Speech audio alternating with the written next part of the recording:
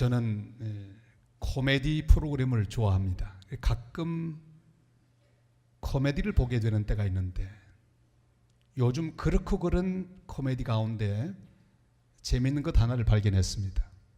이름하여 우리는 고구마. 고구마 복장을 한 세 사람이 나와서 답답한 소리를 합니다.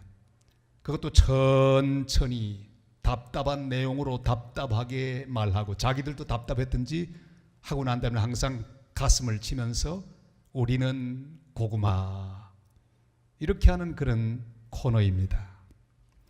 요즘 우리 상태가 마치도 물 없이 고구마를 먹는 것 같은 그런 느낌을 자아내게 하는 상태입니다. 정치도 답답하고 경제도 답답하고 사회도 답답하고 거기다가 너무너무 더워서 날씨마저 우리를 답답하게 하는 그런 세상 가운데 상황 가운데 우리가 살고 있습니다.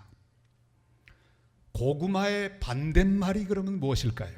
요즘 쓰는 말로 찾아본다면 아마 사이다가 아니겠습니까? 사이다.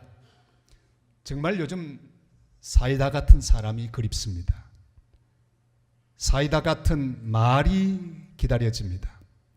사이다 같은 소식이 아주 그리운 그런 시대에 우리가 살고 있습니다. 사도 바울은 여러 교회를 세웠습니다. 주님의 복음을 많은 사람들에게 전하여 그들을 주님 앞으로 돌아오게 했습니다. 고린도 교회는 바울의 2차 전도 여행 때 설립된 교회였습니다. 이제 드디어 3차 전도 여행을 떠나려고 하는데 바로 자기가 세웠던 고린도 교회 답답한 소식이 들려왔습니다. 교회가 분란이 일어났다는 소식을 들었습니다. 분쟁이 일어나고 있는 소식을 들었습니다. 마음이 너무너무 답답했습니다. 그런데 그 분쟁에 앞장선 사람들의 이름들을 듣게 되었습니다. 너무너무 답답했습니다. 그리고 그가 기록한 편지, 그게 바로 고린도전서입니다. 자, 이 편지를 쭉 쓰면서 그는 여러 이름들을 떠올렸습니다. 답답하게 하는 이름들이 지나갔습니다. 그 가운데는 그 이름을 기억했더니 마음이 시원해지는 그런 이름도 있었습니다. 여러분, 시대가 아무리 답답하고 상황이 답답해도 역시 그 시대의 답은 시원하게 하는 사람에게 있습니다. 오늘 주님께서는 우리 모든 그리스도인들을 이 시대에 시원하게 하는 사람으로 초대하고 계십니다. 바울의 마음속에 생각만 해도 시원해지는 이름이 떠오릅니다. 그 이름을 기억하고 입으로 되뇌어 보았습니다. 그리고 편지에 기록합니다. 바로 그 이름은 스데바나라고 하는 이름이었습니다. 아가야 지방에 바울이 전도한 그 귀한 복음을 받아들인 첫 열매 스데바나, 그는 처음으로 주님 앞에서 주님을 영접하고 주님을 따르기로 작정하고 헌신했던 하나님의 사람입니다. 15절 말씀 다 같이 읽겠습니다. 형제들아, 스데바나의 집은 곧 아가야의 첫 열매요 또 성도 섬기기로 작정한 줄을 너희가 아는지라. 내가 너희를 권하노니. 아멘. 수많은 사람들이 바울을 박해했습니다. 유대인들은 따라다니면서 바울의 일을 방해했습니다. 너무너무 답답한 사람들로 둘러싸여 있었습니다. 그러나 어디를 가든지 바울의 마음속에 한 줄기 시원한 바람이 되는 그런 시원케 하는 사람들이 있었습니다. 생각만 해도 기분 좋아지는 이름, 시원하게 하는 이름은 바로 첫 열매인 스데바나와 그의 가족이었습니다. 이들은 그들의 대문을 열고 바울을 영접했습니다. 여러분, 밖에서 더운 여름에 문을 두드리는데 열어주지 않으면 얼마나 답답하겠습니까? 그런데 스데바나는 자기들의 문을 활짝 열어주었습니다. 무엇보다 바울이 전하는 복음을 듣고 마음의 문도 열어주었습니다. 그리고 예수님을 영접했습니다. 그뿐 아니라 믿고 난 다음에는 그들은 이웃을 향한 문을 활짝 열고 또한 성도들을 섬기며 봉사하는 일을 시작하는 그런 복된 사람이었습니다. 복음의 첫 열매인 그는 섬김으로 삶의 열매도 맺었습니다. 믿음의 열매도 맺었습니다. 저도 이 말씀을 준비하면서 제 머릿속에 떠오르는 이름이 있었습니다. 얼굴이 있었습니다. 선교사 시절을 회상할 때 떠오르는 사이다 같은 사람이 기억이 났습니다. 원주민 마을 한복판에 교회를 세웠습니다. 그때는 우리 가족밖에 없는 그런 교회였습니다. 그런데 어느 날 초인종이 울렸습니다. 밖으로 나가보니 나이가 지긋한 한 자매였습니다. 저를 보더니 어디서 왔냐고 물었습니다. 한국에서 왔다고 하니까 얼마나 반색을 하든지 제 손을 잡고는 6.25 때 한국 위해서 내가 많이 기도했습니다. 내 기도를 듣고 하나님 한국 선교사를 이렇게 보내주셨군요. 감사합니다. 그러더니 그 다음 주일부터 우리 교회 첫 교인이 되었습니다. 얼마나 반갑던지요. 그 당시 칠레는 세계 9위 하는 경제 대국이었습니다. 우리나라가 100불도 안 될 때 이미 잘 살던 나라였습니다. 6.25 때 군대는 보내지 못해도 전비를 10만 불이나 보내었던 그런 나라라는 사실을 알게 되었습니다. 그는 첫 교인이 되었습니다. 여전도의 처음 회장이 되었습니다. 어떻게 믿는 것이 주님을 믿는 것인지, 어떻게 섬기는 것이 교회를 섬기는 것인지 자기가 첫 열매로 보여주었습니다. 얼마나 봉사도 잘하고 특별히 그 미소가 얼마나 아름다운지 지금도 그 미소를 떠올리면 제 기분이 좋아집니다. 우리를 만날 때 항상 환한 미소로 반겨주었습니다. 우리 마음속에 기쁨을 주었습니다. 그러다가 몇 년 전에 그가 소망 중에 주님 품에 안겼다는 소식을 들었습니다. 그 이름은 마르가리타 산티. 좋은 이름, 시원하게 하는 이름입니다. 사랑하는 여러분, 누가 주님의 마음을 시원하게 할 수 있을까요? 그건 바로 주님 앞에서 첫 열매가 되어드리는 것입니다. 믿음의 첫 열매, 순종의 첫 열매, 헌신의 첫 열매가 되어드리는 것입니다. 다른 사람 어떡하나 눈치 볼 것 없습니다. 내가 첫 열매로 주님 앞에 드려지면 되는 겁니다. 남들은 다 주저앉아 있어도 내가 일어나서 믿음으로 나아가는 첫 열매가 되어야 합니다. 남들은 다 불평해도 내가 일어나서 감사하는 감사의 첫 열매가 되어야 합니다. 현장에서 간음하다가 붙잡힌 여인을 사람들이 예수님께 끌고 왔습니다. 주님, 이 여자 어떻게 하면 좋겠습니까? 그 많은 사람들, 그 사람들의 손에 돌이 들려 있습니다. 그런데 그 돌은요, 제일 먼저 드는 사람이 있었습니다. 저런 여자는 죽여야 됩니다 하고 딱 돌을 들자 너도 나도 그 사람을 따라 다 돌을 들었습니다. 우리 주님의 말을 기다립니다. 그런데 주님 말씀합니다. 누구든지 죄 없는 자가 돌을 던지라. 그랬어요. 양심이 찔리기 시작했습니다. 그 돌든 많은 사람 가운데 돌을 땅에 내려놓는 처음 사람이 있었습니다. 너도 나도 힐끗힐끗 눈치를 보면서 돌을 다 내려놓고 각자 자기 곳으로 돌아갔습니다. 사랑하는 여러분, 우리는 주님 앞에서 용서하는 첫 열매가 되어야 합니다. 화해하는 첫 열매가 되어야 합니다. 헌신하는 첫 열매가 되어야 합니다. 돌을 드는 첫 열매가 되지 마시기를 바랍니다. 우리는 돌을 내려놓는 첫 열매가 되어야 합니다. 화해를 만들고 평화를 만드는 첫 열매가 되어야 합니다. 그래서 다른 사람들이 그 첫 열매를 따라 함께 용서하고 함께 사랑하고 함께 섬기는 그런 아름다운 하나님의 공동체를 이룰 수 있기를 바랍니다. 첫 열매를 맺게 하는 그런 귀한 첫 열매의 사람이 꼭 될 수 있기를 바랍니다. 그래서 나로부터 시작해서 이 복된 열매가 모두에게 퍼져나가는 그런 은혜가 함께 하게 되시기를 주님의 이름으로 축복합니다. 제가 아는 한 장로님은 사업을 하다가 너무 사업이 어려워졌습니다. 궁지에 몰렸습니다. 기도를 하다가 자기도 모르게 이런 기도가 나왔습니다. 주님, 제 사업이 만약에 잘 되게 된다면 저는 10의 1만 가지고 살고 나머지 10분의 9는 전부 주님께 드리고 선교를 위해 쓰고 하나님 교회를 세우는 일에 쓰겠습니다. 그렇게 기도했습니다. 근데 하나님께서 그 기도를 들어주셨습니다. 그리고 그의 사업은 번창하기 시작했습니다. 지금 그 장로님 어떻게 하고 있는지 아십니까? 최근에 소식을 들었습니다. 그야말로 10분의 1만 가지고 쓰는데도 넘치고 넘치는 그런 복을 받으셨습니다. 10의 9를 가지고 선교하고 하나님의 교회를 세우고 하나님의 선한 일을 위하여 사용하는데 그 모든 것들을 드리고도 더 넘치는 은혜를 하나님 주신다고 하는 간증을 들었습니다. 사랑하는 여러분, 중요한 사실이 무엇입니까? 그가 하나님 앞에 드려진 첫 열매 같은 삶을 사는 데 있습니다. 이 시대에 첫 열매로 하나님 앞에 헌신하고 드릴 때 그로 말미암아 많은 사람들이 시원하게 되었고 그 열매를 자기들도 따라서 맺히게 되는 그런 복된 삶을 살고 있다는 사실을 듣고 하나님 앞에 영광을 돌립니다. 유명한 이름이 되지 않아도 좋습니다. 저는 스데바나가 이렇게 유명한데 어떤 유명한 이름일까? 책을 찾아봤습니다. 여기저기를 찾아봤어요. 뭘 했을까? 아무것도 없더라고요. 그냥 무명한 한 사람의 이름에 불과합니다. 기록이 많이 남아있지 않습니다.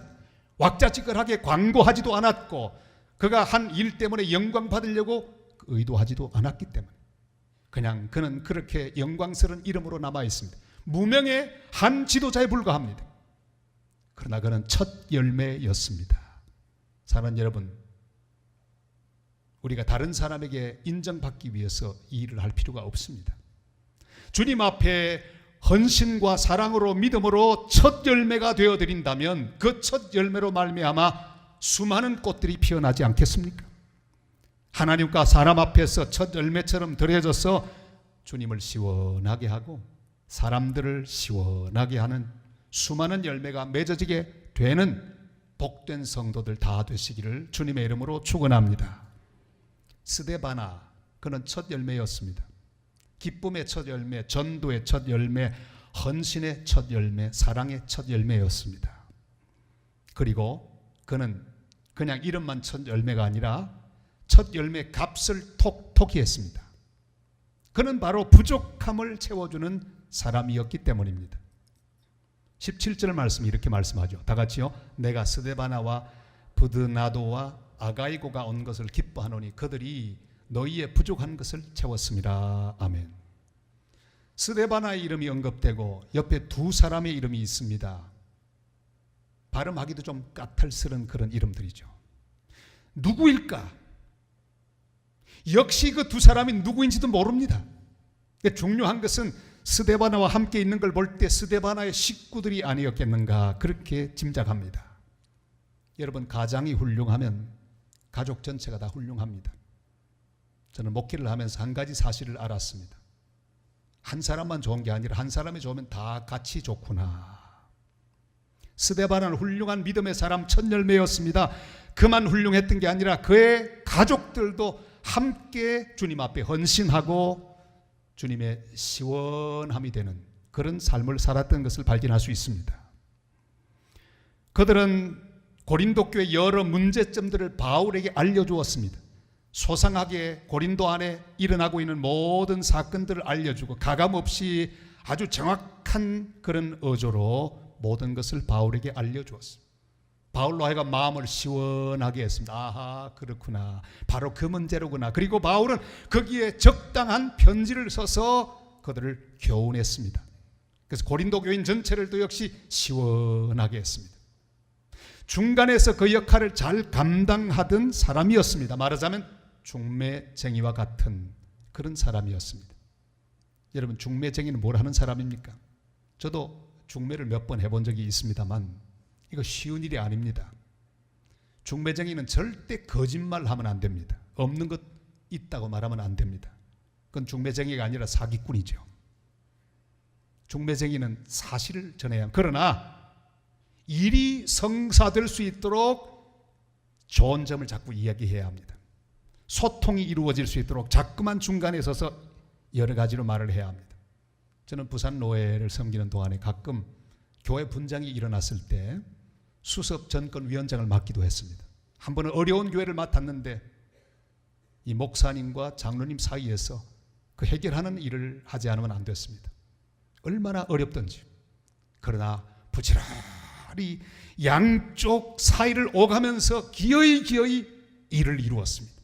그리고 그 교회 평안을 회복시켜주고 교회가 다시 든든히 설 수 있도록 하는 일에 도움을 줄 수가 있었습니다. 여러분, 중매쟁이는 참 중요합니다. 중간에 서 있는 사람입니다. 잘 중개함으로 서로의 부족함을 채워주게 하고 서로의 필요성을 알게 한다면 훌륭한 중개인입니다.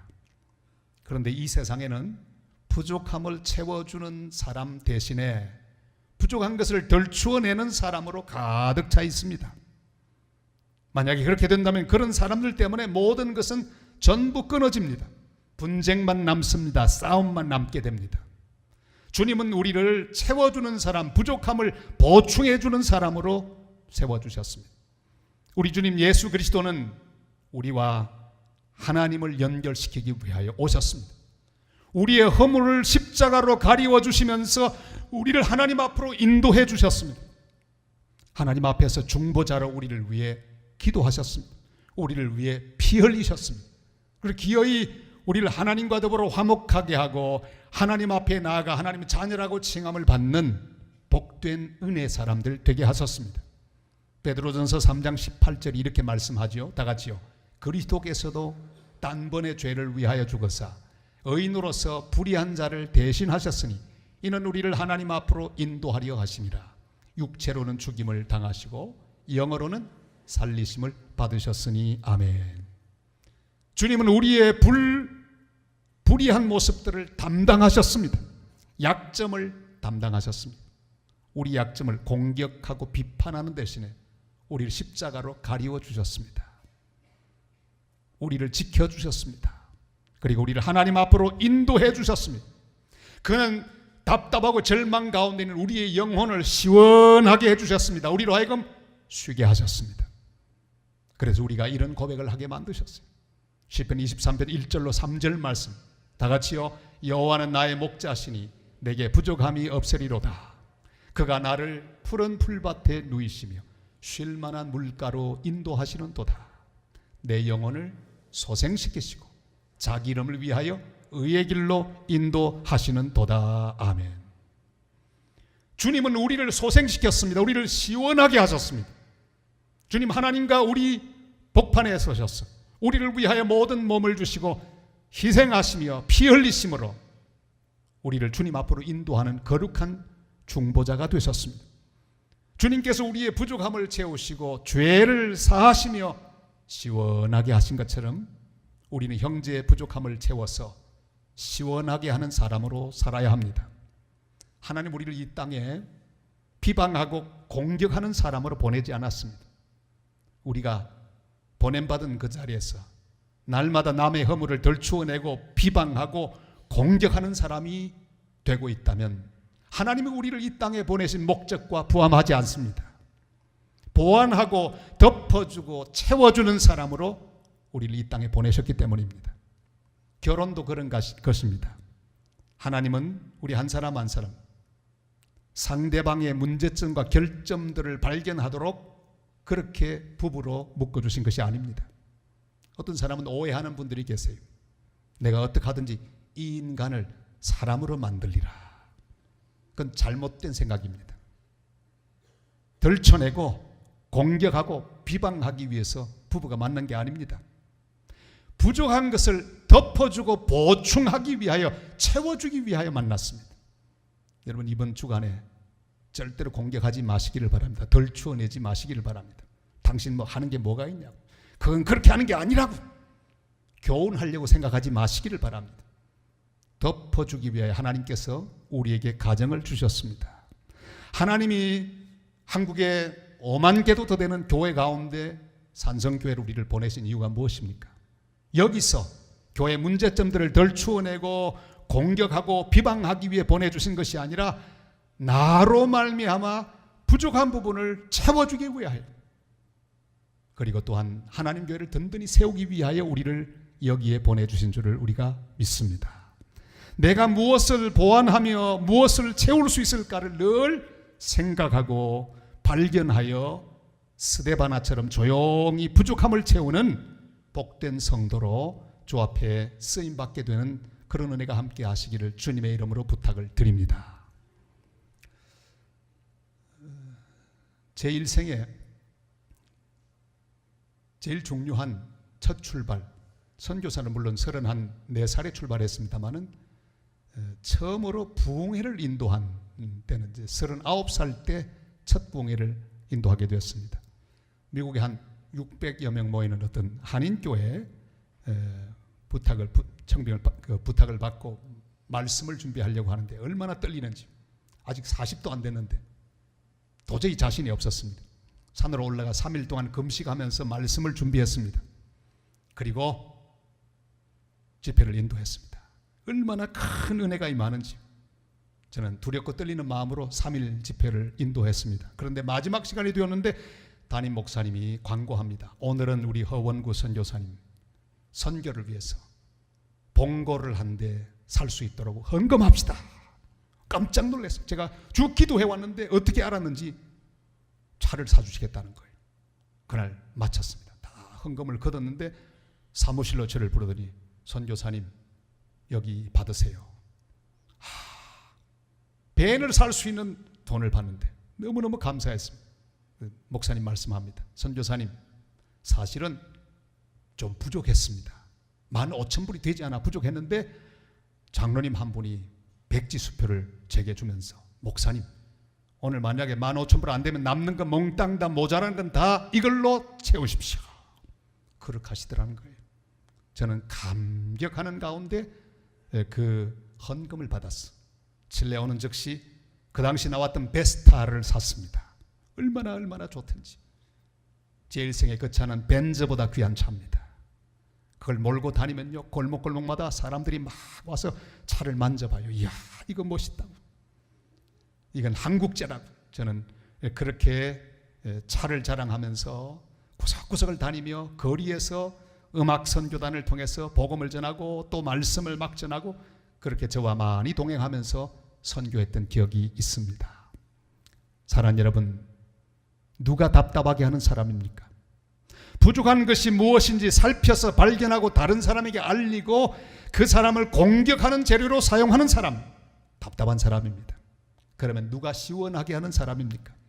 무엇이 부족한지를 살펴서 조용히 그 부족한 것을 감당하고 채우는 사람은 시원하게 하는 사람입니다.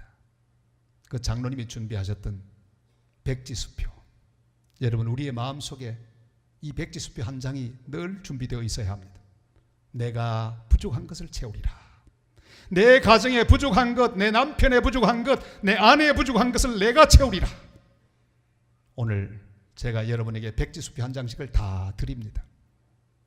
한 주일 동안에 부족한 것은 여러분이 다 감당하시기를 바랍니다. 그러면 그 사람이야말로 시원하게 하는 사람으로 하나님께 쓰임을 받게 되실 줄을 믿습니다.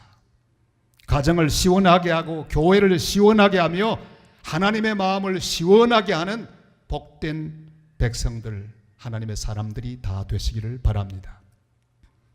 지리를 연구하는 분들의 말에 의하면 우리 지도에 나오는 여러 구불구불한 해안선들, 그 구불구불한 부분 하나하나, 들어간 부분, 튀어나온 부분은 다 다른 어떤 곳에 짝이 있다고 하는 이야기를 하는 것을 들었습니다.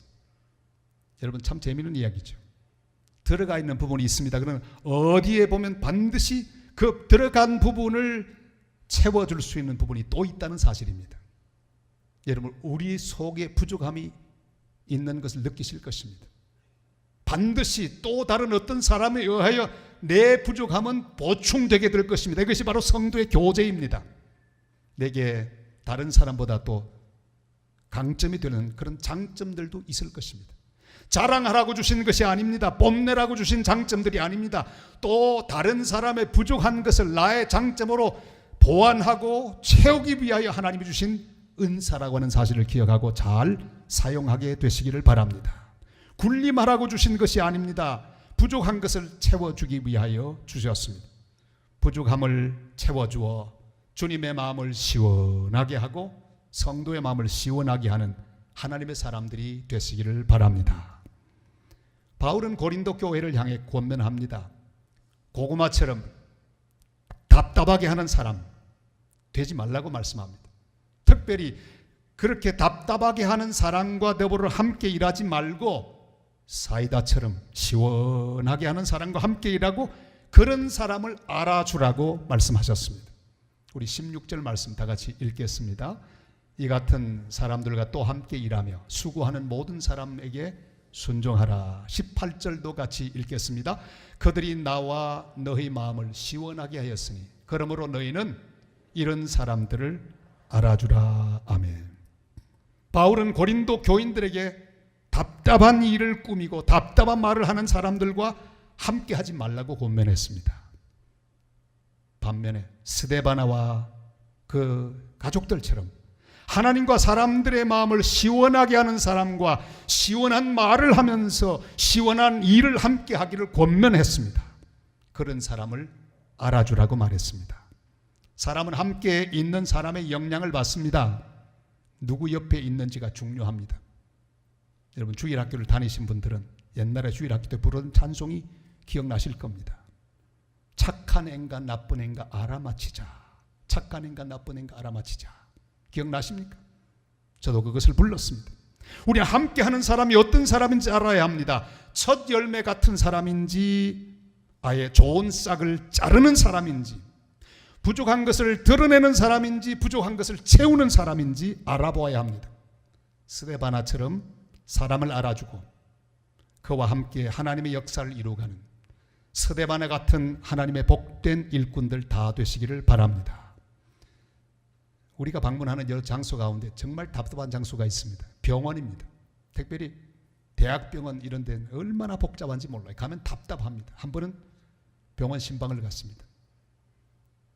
답답한 사람들이 답답하게 기다리고 있는 곳 아니겠어요? 하도 답답했어요. 이렇게 보고 있는데 엘리베이터 앞에 한 줄기 시원한 글이 붙어 있는 걸 읽었습니다. 나들어 나 하나 물들어 산이 달라지겠냐고 말하지 말라. 내가 물들고 너도 물들면 온 산이 활활 타오르는 것이 아니겠느냐. 이게 어디서 온 말일까 검색을 해보았습니다. 그랬더니 그것은 바로 조동화 시인의 나 하나 꽃피어라고 하는 시였습니다. 나 하나 꽃피어 풀밭이 달라지겠느냐고 말하지 말아라. 너도 꽃피고 나도 꽃피면 결국 풀밭이 꽃밭 되는 것 아니겠느냐. 나 하나 물들어 산이 달라지겠냐고 말하지 말라. 나도 물들고 너도 물들면 결국은 온 산이 활활 타오르는 것 아니겠느냐. 사랑하는 성도 여러분, 세상 모든 것이 답답하게 변하여도 오직 주님 한 분이 우리의 시원한 소망이 되십니다. 그 사랑의 주님 한 분만을 붙들고 오직 세상 소망 다 사라져도 주의 사랑이 끝이 없다는 사실을 기억하고 나 한 사람 주님 마음을 시원하게 하고 성도의 마음을 시원하게 하고 사람들의 마음을 시원하게 하는 그런 귀한 자리에 있을 때 나로부터 시작하여 이 놀라운 은혜는 온 사람들에게 전염되고 전파되어 결국은 이 땅 하나님께서 다스리는 그런 나라로 변하게 될 것입니다. 주님이 이렇게 말씀하죠. 시편 42편 11절 말씀 다 같이요. 내 영혼아 내가 어찌하여 낙심함 어찌하여 내 속에서 불안해하는가. 너는 하나님께 소망을 두라. 나는 그가 나타나 도우심으로 말미암아 내 하나님을 여전히 찬송하리로다. 아멘. 바울과 하나님 마음을 시원하게 해드린 무명의 성도 스데바나가 있었듯이 주님에게는 우리가 있습니다. 주님에게는 내가 있습니다. 내가 바로 그 첫 열매가 되십시다. 나 한 사람이면 충분합니다. 내가 바로 그 섬김의 사람이 되어야 합니다. 내가 바로 그 순종의 사람이 되어야 합니다. 내가 바로 그 부족함을 채우는 사람이 되어야 합니다. 그래서 주님 마음 시원하게 하고 성도들의 마음을 시원하게 하는 복된 성도들 다 되시기를 주님의 이름으로 축원합니다. 이제 응답의 찬양하겠습니다. 주 나의 모습 보내